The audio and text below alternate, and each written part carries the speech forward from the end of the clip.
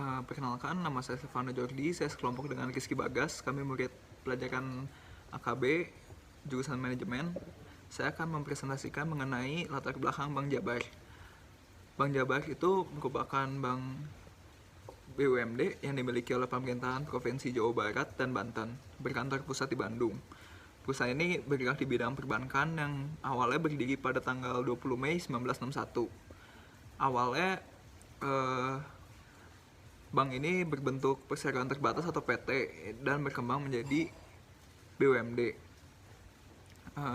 Oke, sejarahnya tuh jadi pada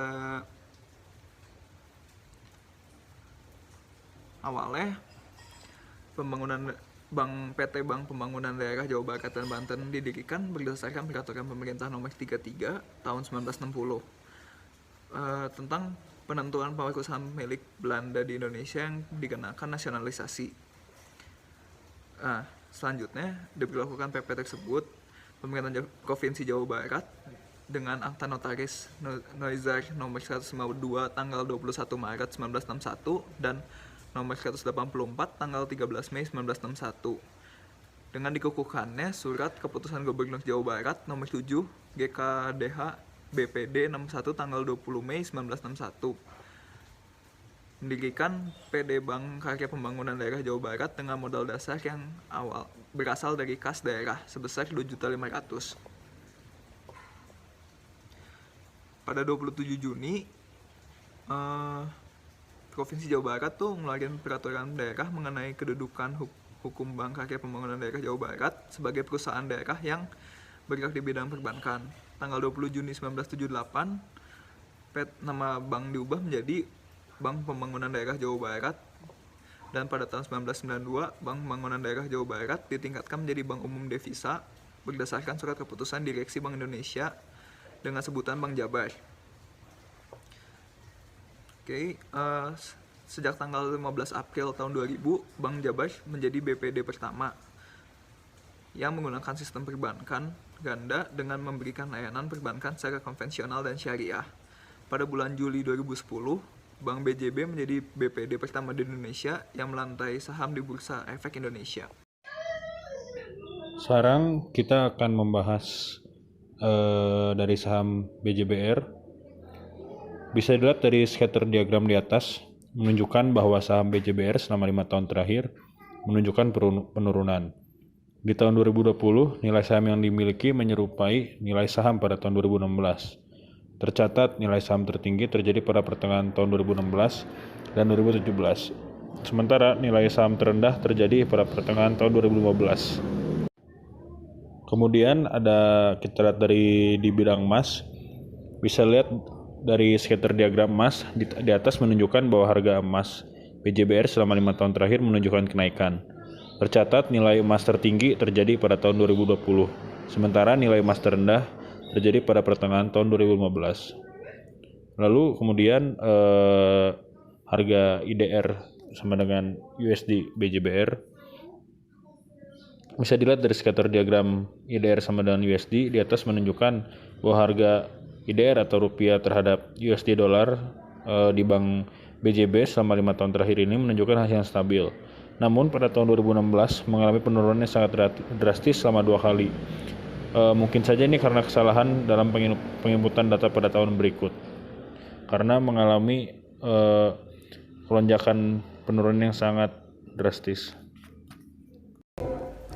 Untuk pengolahan data time series model, saya menggunakan metode trend projection. Kenapa menggunakan trend projection tuh? Karena dapat mencocokkan garis tren harga saham kepada sejumlah titik dari data harga saham. Nah, trend projection tuh banyaknya digunakan untuk forecasting jangka panjang dengan menghasilkan angka MAD 505,74, MSE 352225,5 dan MAP yang menghasilkan 39,69%. Forecast yang akan terjadi selanjutnya mendapatkan harga 1941,24. Metode yang kedua, saya menggunakan exponential smoothing. Mengapa menggunakan exponential smoothing? Agar dapat hasil forecast yang akurat.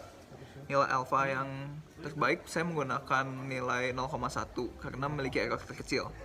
Mendapatkan hasil MAD 161,13, MSE 62416,41, dan MAPE 10,75%. Forecast untuk selanjutnya tuh dapat angka 917,84. Untuk time series model, saya menggunakan moving average. Mengapa saya menggunakan moving average? Karena moving average menghasilkan nilai error terkecil dengan periode 3 minggu, menghasilkan MAD, MSE, MAP terkecil dibandingkan dengan metode lainnya. Dan dengan forecast pada minggu ke-262 menghasilkan harga saham sebesar 713,33. Untuk causal model, persamaan dari causal model sama dengan itu saya dapat Y sama dengan 2344,08 ditambah 0,068 kali X1 min 1,142 kali X2, di mana Y itu sama dengan nilai saham, X1 itu sama dengan nilai tukar USD terhadap IDR, X2 adalah nilai emas. Dari data tersebut, kami menganalisa bahwa setiap pertambahan nilai tukar rupiah dan harga emas sebanyak 1, maka akan mempengaruhi nilai saham sebesar 0,545. Dan koefisien determinasi dari data yang kami analisa menunjukkan bahwa variasi dalam harga saham dapat dijelaskan oleh variabilitas dalam jumlah nilai tukar USD terhadap IDR dan nilai emas. Model regresi ini menunjukkan bahwa variabilitas harga saham dapat diprediksi menggunakan nilai tukar USD terhadap IDR dan nilai emas sebesar 29,7%. Kesimpulan dari data yang kami peroleh ini berdasarkan data tentang saham BJBR yang diperoleh dari Kompas 100 dan perhitungan yang telah dilakukan. Maka didapatkan beberapa kesimpulan bahwa nilai saham yang dimiliki BJBR selama 5 tahun terakhir ini mengalami penurunan yang cukup signifikan. Dan metode yang terbaik yang digunakan untuk menghitung saham BJBR adalah metode moving average dengan menggunakan periode 3 minggu karena menghasilkan nilai error terkecil. Kemudian, untuk harga emas BJBR selama 5 tahun terakhir mengalami kenaikan tiap tahunnya dengan nilai emas tertinggi terjadi pada tahun 2020. Dan untuk pertukaran mata uang rupiah ke dolar selama 5 tahun terakhir ini menunjukkan hasil yang stabil. Meskipun di tahun 2016 mengalami penurunan drastis hingga menyentuh titik angka 0, namun mungkin itu hanya kesalahan pada saat penginputan data pada tahun berikut. Metode analisa yang digunakan yaitu korelasi koefisien. Didapatkan informasi bahwa setiap pertambahan nilai tukar rupiah dan harga emas sebanyak 1, maka akan mempengaruhi nilai saham sebesar 0,545.